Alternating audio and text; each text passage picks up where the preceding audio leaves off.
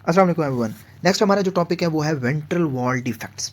Ventral wall defects के अंदर क्या होता है बेसिकली कि आपकी जो जो मैंने आपको पीछे बताया था कि अगर आपकी अम्बेलिकल जो वॉल है, अम्बेलिकल रिंग जिसको हम कहते हैं, अगर वो क्लोज ना हो, आपका अगर अम्बेलिकल रिंग क्लोज ना हो तो उसके अंदर से जो स्ट्रक्चर्स होते हैं वो बाहर आ जाते हैं, ठीक है, हर्निएट कर जाते हैं फ्रॉम द अम्बेलिकल रिंग। अब इसके अंदर जो इंपॉर्टेंट पॉइंट ये होता है, तीन टाइप्स होती हैं आपकी यहाँ पे। अगर ये लेयर्स हैं, आपका ये हेड पोर्शन है, ये टेल पोर्शन है, और यहाँ पे आपका होता है लेटरल।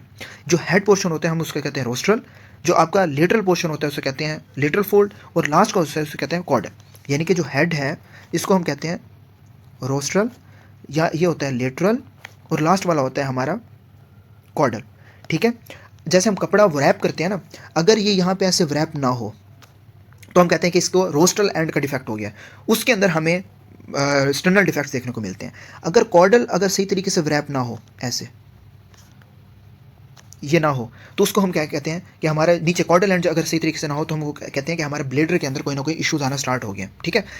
अगर लेटरल एंड सही तरीके से रैप ना हो और क्लोज ना हो तो हम उसको कहते हैं कि इसमें एम्फेलोसील और गैस्ट्रोकाइसिस का जो है वो चांसेस होते हैं। चांसेस क्या बेसिकली होते ही हैं। तो अम्बेलिकल रिन आपका क्लोज नहीं होता और आपका जो है वो कंटेंट जो है वो बाहर पड़ा होता है।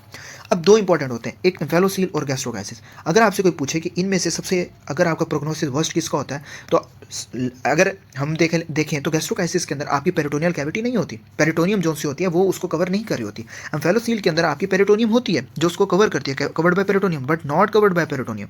तो आपके लिहाज से प्रोग्नोसिस किसका होगा वर्स्ट, गैस्ट्रोकाइसिस या एम्फेलोसील?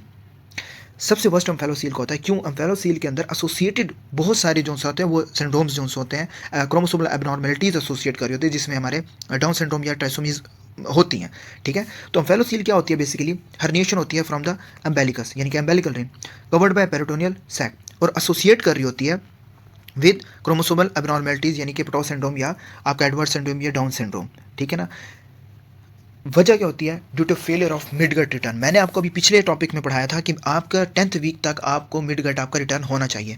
10th वीक तक 6 से 10 वीक तक होता है, और इसके अंदर 270 क्लॉकवाइज काउंटर क्लॉकवाइज आपको चाहिए ताकि आपकी सुपीरियर मेसेंटेरिक आर्टरी से आपकी क्या हो सर्कुलेशन। तो 10th वीक तक आपका मिड गट रिटर्न होना चाहिए। अगर नहीं होता तो वो क्या होती है, प्रोटोनियम जो आपका कंटेंट है वो बाहर का बाहर पड़ा होता है, राइट।